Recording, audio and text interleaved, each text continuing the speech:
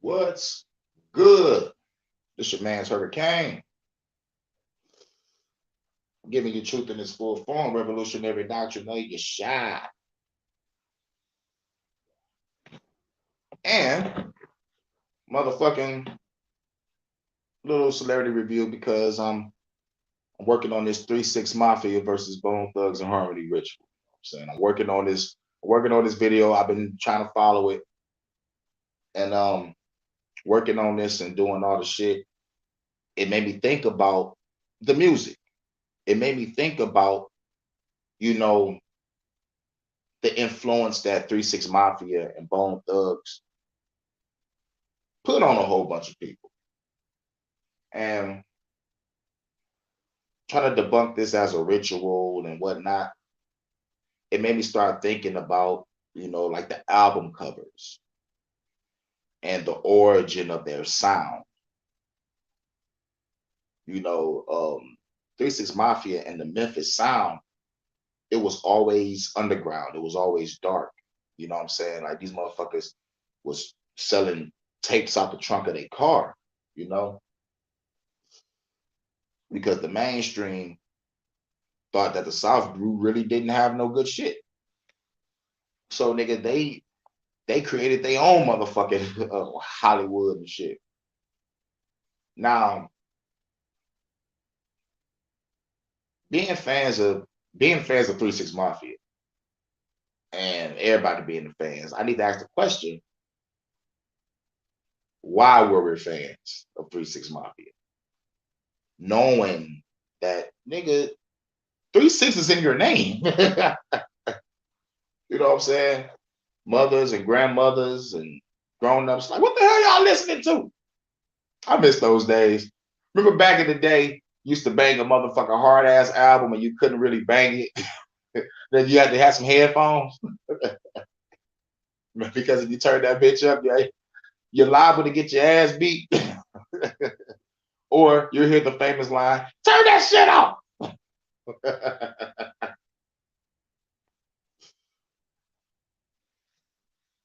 But I gotta put this, man.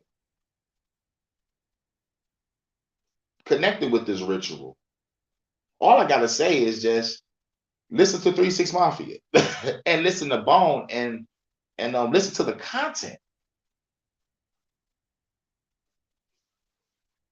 Now, here's another question.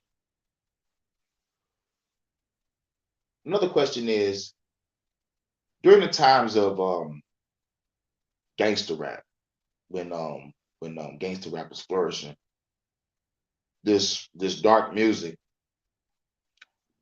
from 3-6 and not only just 3-6, like many other artists, because like there was artists before 3-6 that was spitting this dark shit, like what's his name? DJ Zerk, Spanish Fly, you know, Timothy Wright, you know what I'm saying? But I just want to have the question is who put these dark lyrics in you? You know, is it really coming from you?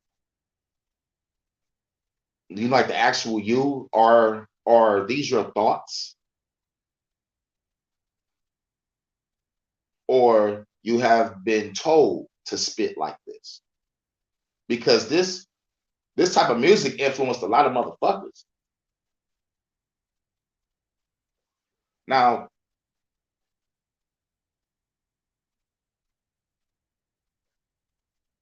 when it comes to Bone, they spit that dark shit too. And we got some other artists like Grave Diggers, Insane Clown Posse, King Gordy. King Gordy's the king of this shit, real shit. King Gordy from my city, Detroit. That motherfucker is crazy with the lyrics. Crazy, crazy. And the only reason why King Gordy didn't get mainstream is the same reason, to me personally, is the same reason why I'm not mainstream. Nigga, one, one is this. Motherfuckers would be like, you cool, but you rap like this. We need you to rap like that.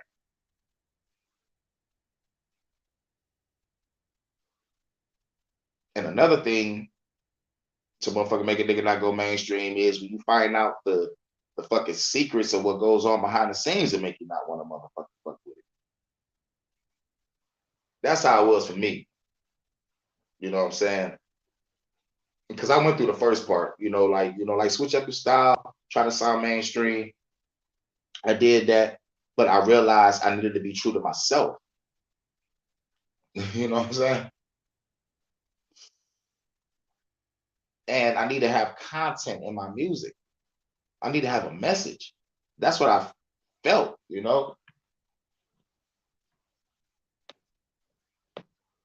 But this 3 6 Mafia and Bone Thugz, the influence that they put on everybody with this fucking music is just motherfucking crazy. Crazy. But during the psychological covert war on hip hop, did that have the influence on the content that comes from horrorcore rappers? Now, I was trying to look up the origin of horrorcore, and come to find out it leads back to Ghetto Boys. And then it goes up to, Grave Diggers and Esham. I don't know y'all know about Esham, but Esham go hard. Look up Esham. Look up Esham. Look up King Gordy. Look up Grave Diggers. Grave Diggers come from Wu Tang. Like there was like a subgroup from Wu Tang and shit.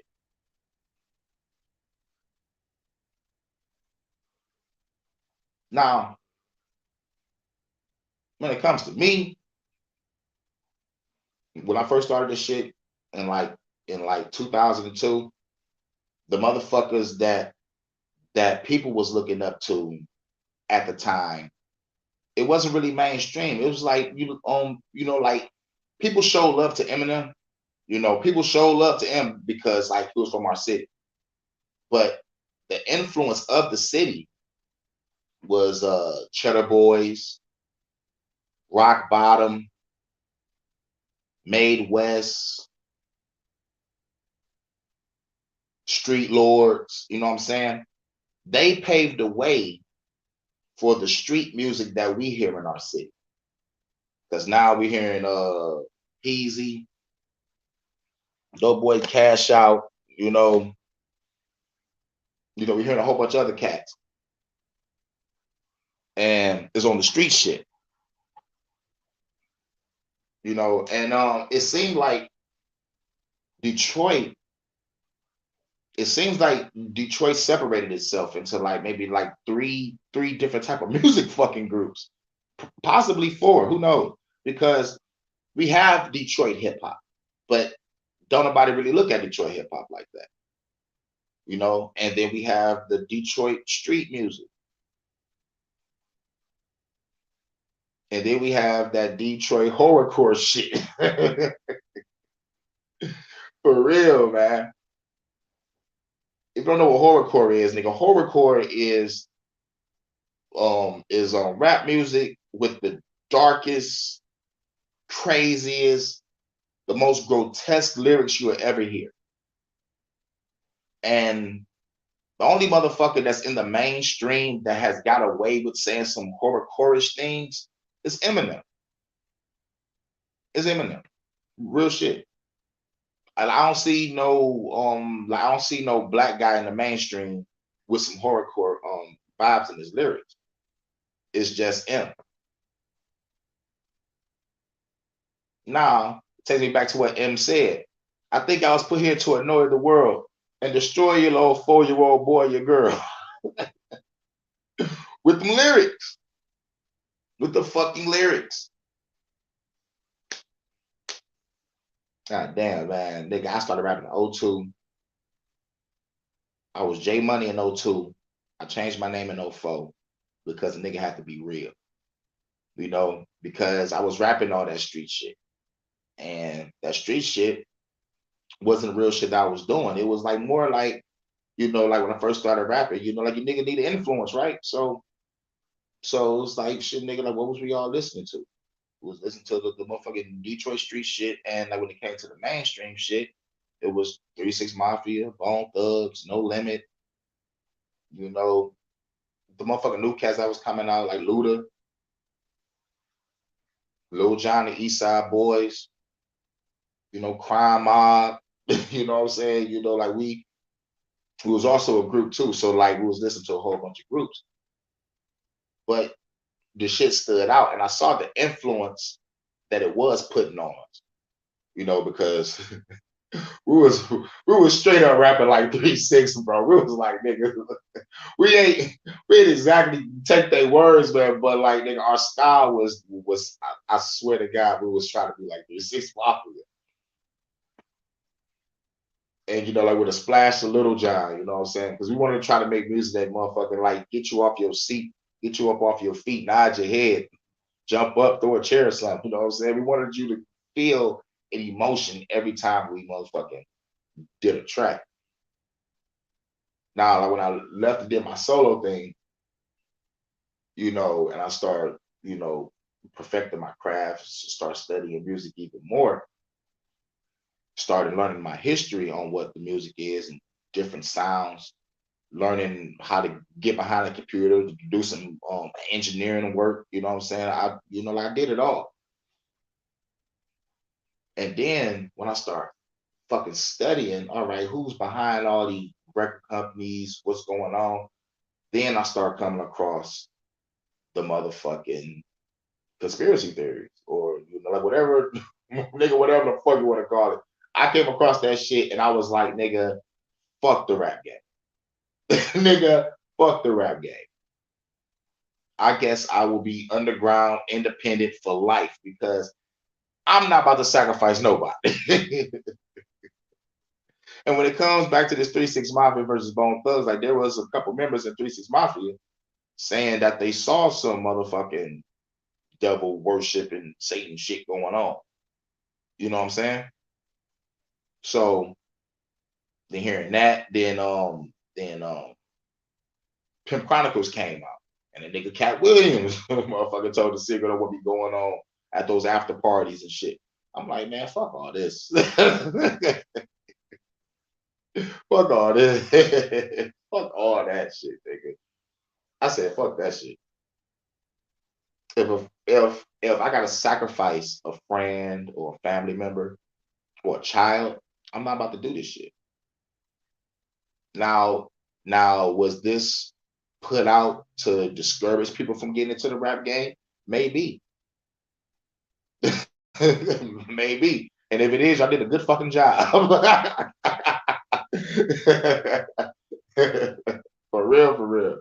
Because I don't want to be in that shit no more. It's like, nigga, it's like I realized also doing more research and reading about the psychological covert war on hip hop. And reading that, it put everything in perspective. I'm like, nigga, they don't want no conscious hip hop. They don't want no revolutionary hip hop. They don't want no fight the power. They don't want that. So I was like, well, that fight the power is in me. I'm a warrior. Pause. Pause.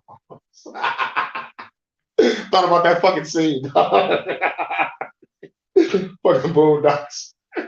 But anyway, the warrior spirit is in me, and fighting back against the powers that be is in me, and fighting through the music, art, literature. That's how I roll. And then like when I found out that they don't really want a nigga like me in the game, it's understandable because I looked at the fucking domino effect. If y'all do put me in the game, my music is revolutionary. And if that revolutionary shit get around the world, then there'll be a lot of motherfuckers standing up against their government. So looking at that, oh yeah, they don't want me. They don't want me in the game. They don't want me in the game. They don't want me in the game. Real shit. I will change this bitch and there will be a worldwide revolution. And reading the psychological covert war on hip hop, it lets me know that the labels are controlled. You know, like this was motherfucking set up in a meeting, nigga. We need to shut down this conscious shit and bring in gangster rap. Let's do it.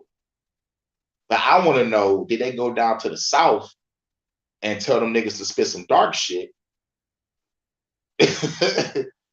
to make it not only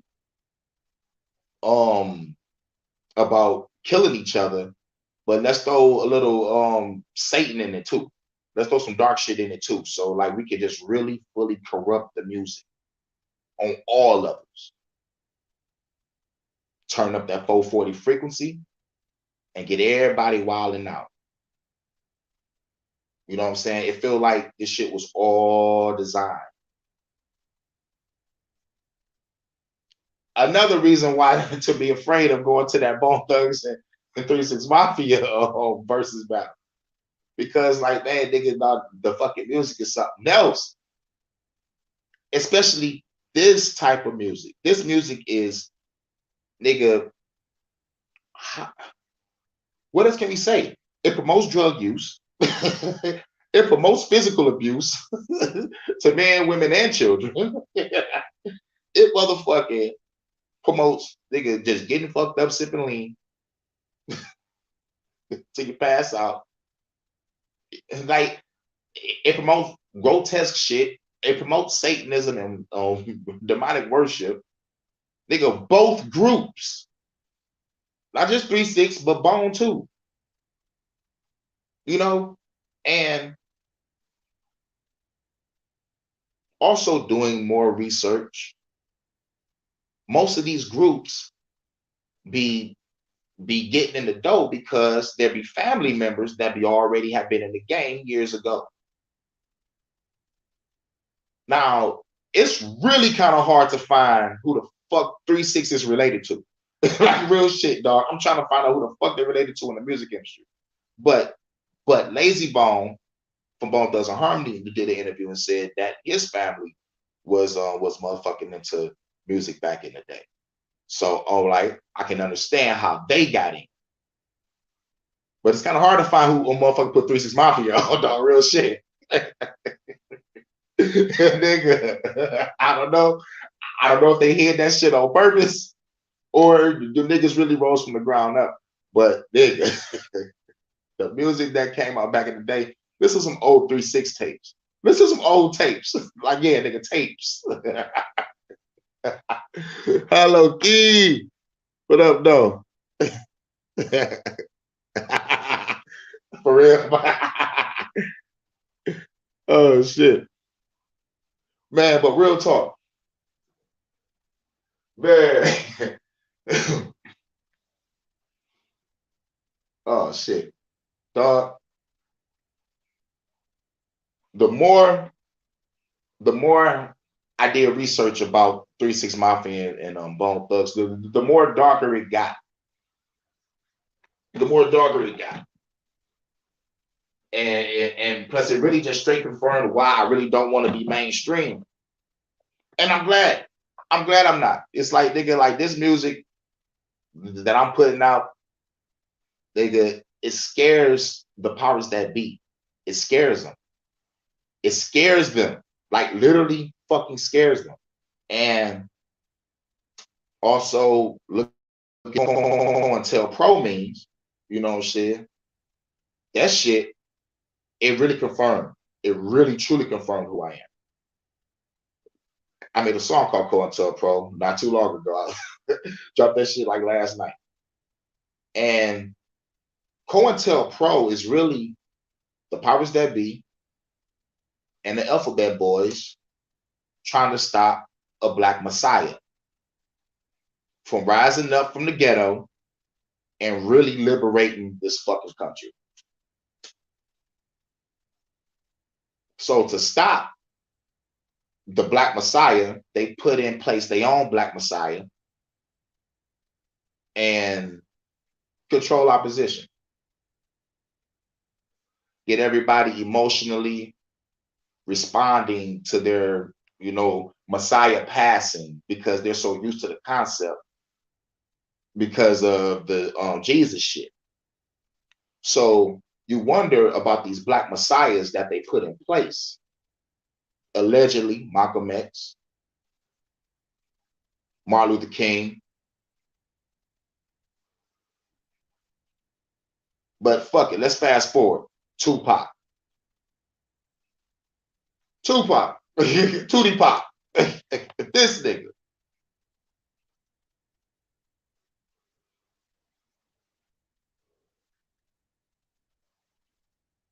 They put that nigga in place. They put that nigga in place to get motherfuckers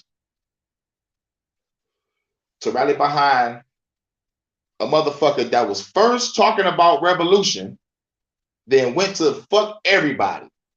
Money over bitches. I sold my soul for material riches, fast cars and bitches. He told you, nigga. He told you. He told you. But I really want y'all to go back and listen to y'all old music and listen to how they put the element of darkness inside of that shit. You know what I'm saying? This shit changed the game. This is why history must repeat itself. It has to repeat itself now. And it's going to do it through me. I'm bringing back conscious rap and gangster rap fused together. But now we're directing our energy towards the powers that be. We can't direct the energy towards each other no more. We killed each other since the motherfucking 90s. It's over now. We need to stop this shit. It's time to stop this shit.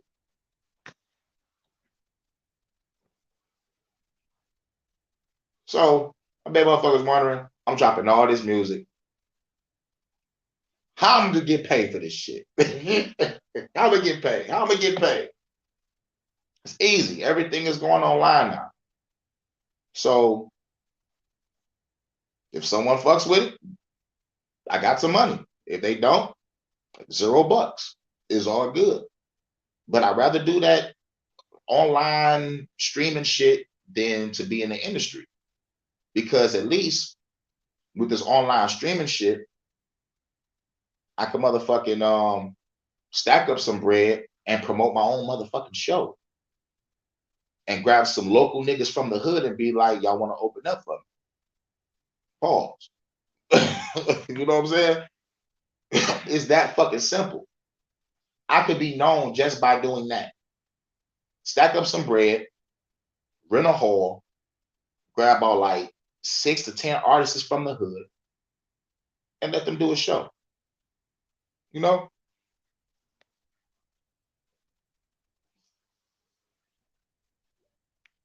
And what I also hate about the industry is this. They give people this false hope. More research I did, they still got the 360 deals. They still do that shit. Nobody want to fuck with that shit. But motherfuckers gotta come out and be like, I don't own my masters type shit. Like, no, fuck all that. Fuck all that. How come you just can't join the motherfucking rap label and you get paid to do shows? Why do it gotta be a whole bunch of paperwork about a whole bunch of other shit? I don't need to pay to be in your studio. I got a studio that I can go to. You know what I'm saying? And I pay him less amount of money than I gotta come out of my pocket for. It's fucking crazy. All the expenses and all that shit. No, fuck all that. It's best for brothers and sisters to start their own motherfucking shit. Because that's the name of the game now. Start your own shit. Because according to the shit, nigga down south, that's what they had to do because nobody in New York was fucking with them. Nobody in Cali was fucking with them. You know what I'm saying? So they, the South nigga worked together and they did they shit. Nigga. You can turn Memphis, Texas, and Atlanta into Hollywood, nigga. For real, for real. I got much mad respect for that shit. For real, for real. Starting from the ground up because nobody want to fuck with you. Shit, big. Now back to the 3-6 Mafia versus Bone Thugs. There's gonna be a lot of energy in that motherfucking room that night. For real, for real. I'm telling you. He's 99. He's 99. But the question still stands. Do y'all think this is gonna be a ritual or not? Do y'all think that this 3-6 Mafia versus Bone Thugs is gonna be a ritual?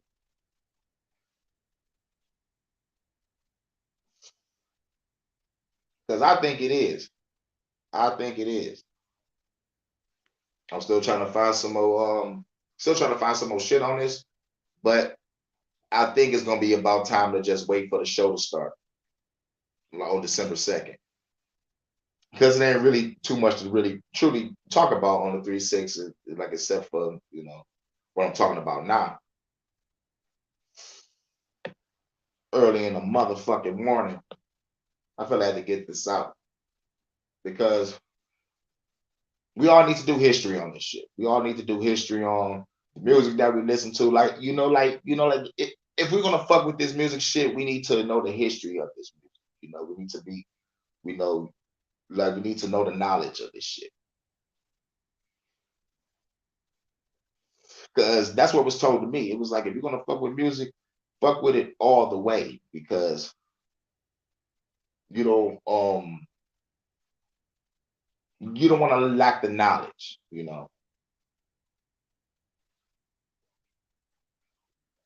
Music is universal, so tap into the universal elements of hip-hop. What's up, Bronze? Tap into the universal element of hip-hop and perfect your flow, because real shit, I'm tired of hearing Hurricane Code, but he rap about this and that. He should rap about that. Like, no, nigga. I'm not about to rap about that shit that we fucking hear every single fucking day, 100 fucking times. Oh. I need content in my records. I need dialogue in my records. I'll make a song for the hood. I'll make a song for some hoes. But majority of my content, it would like it's revolutionary. It's conscious revolutionary shit. I can't talk about smoking, drinking, fucking around on every fucking track. I can't do that. Like real shit, I can't fucking do that.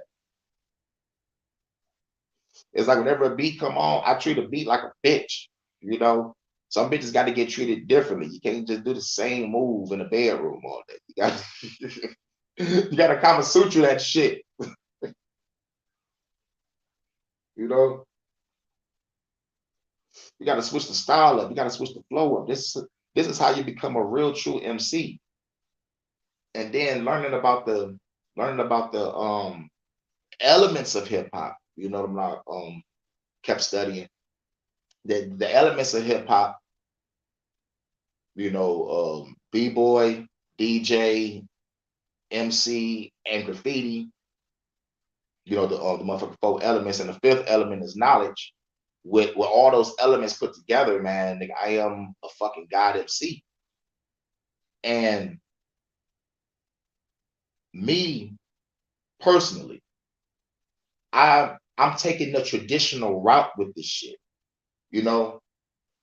Back in the day, it was all about your lyrics.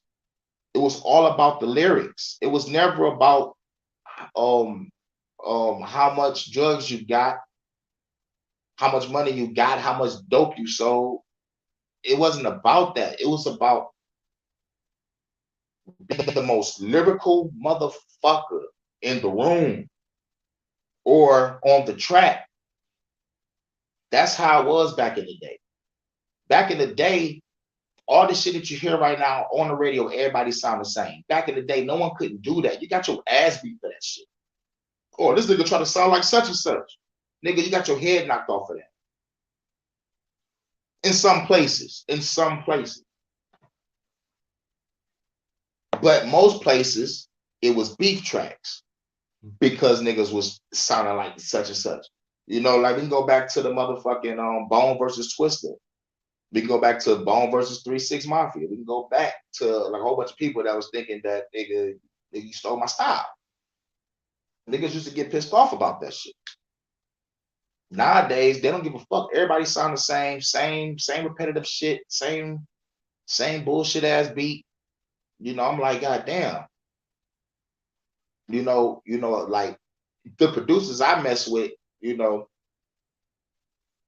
I mess with producers that has a universal feel, like a universal style. Like they don't make just one type of beat. It's a beat that can just expand. It's like an expand collection of universal beats. But shout out to Phenom Rogue One, Phenom all day. That nigga called. Shout out to Boo Dollar. Shout out to Dirty Boy. You know, shout out to KTP. You know, these producers are universal. They can make any type of beat off of any fucking instrument to make that shit sound cold. And hearing that, it made me like, you know, like not maybe it challenged me to create different sound. You know, now like you pay attention, like certain beats have like maybe like 5 or 6 instruments in. I'll try to rap on each instrument. So if there's like 5 different instruments, I just made 5 different verses to those different instruments. And they come to find out, I just I just motherfucking made 4 songs to some other beats. You know, it's fucking amazing, you know, like dealing with a universal type producer. But in this day and age, you got the same producer with the same beat pattern, so you're gonna hear the same flow, the same mind control shit. Another reason why I can't motherfucking try to get on the radio, because you got to motherfucking damn near pay an arm and an ass to the motherfucking DJ to put your shit on. Yeah, but then what you know is who you know. So I'm trying to find somebody to know that fucks with the radio. You know, I try to make enough content. The one that's like, you know, I got more conscious revolutionary. I got some hood shit and I got some shit for the hoes. I try to have like all 3 like in a balance, because most of the hood, they don't want to fight. They scared of revolution. They'll fight each other all goddamn day, but they ain't gonna fight the powers that be. So I'll make a song for the hood and a song for the hoes. Okay, there you go, ladies. There you go. You know, like a slow weed song, slow smashing song, whatever. But most of my shit straight revolutionary, conscious, and hitting you, hard hitting music, hit for hit. Now, in conclusion, now I'm just talking shit. I'm just ranting, you know, ranting, waving, whatever. Just trying to get this shit out. I'm fucking high. Motherfucking high. But this basically just motherfucking really just talking shit, prepping for the motherfucking 3-6 Mafia versus Bone Thugz battle. And just, you know, covering all bases. If there's an update, I'll let y'all know on what's popping with them, because niggas sometimes don't show up. Motherfuckers saying busy might not show up, but there's other places saying that everybody is showing up for this battle. So hopefully we see everybody in the camp. But on the 3-6 Mafia end, we don't have Lord Infamous and we don't have Coops Danica. Those 2 niggas dead. So now RP to Coops Danica and Lord Infamous. But I wonder how they gonna do that, because like Lord Infamous sound cold on most of the motherfucking track. This on some real shit. They sound cold as hell. Unless they're gonna motherfucker take his verse off and push another verse over or whatever. I don't know how they gonna do this shit. Because like Lord Infamous and Koopsta is on most of their fucking tracks. So how they gonna get around that, I do not know. Like that's a mystery. That's the fucking mystery. I don't know how they gonna do this shit unless they, like just do the motherfucking ritual, just like play one of Lord Infamous songs. You know, I don't know.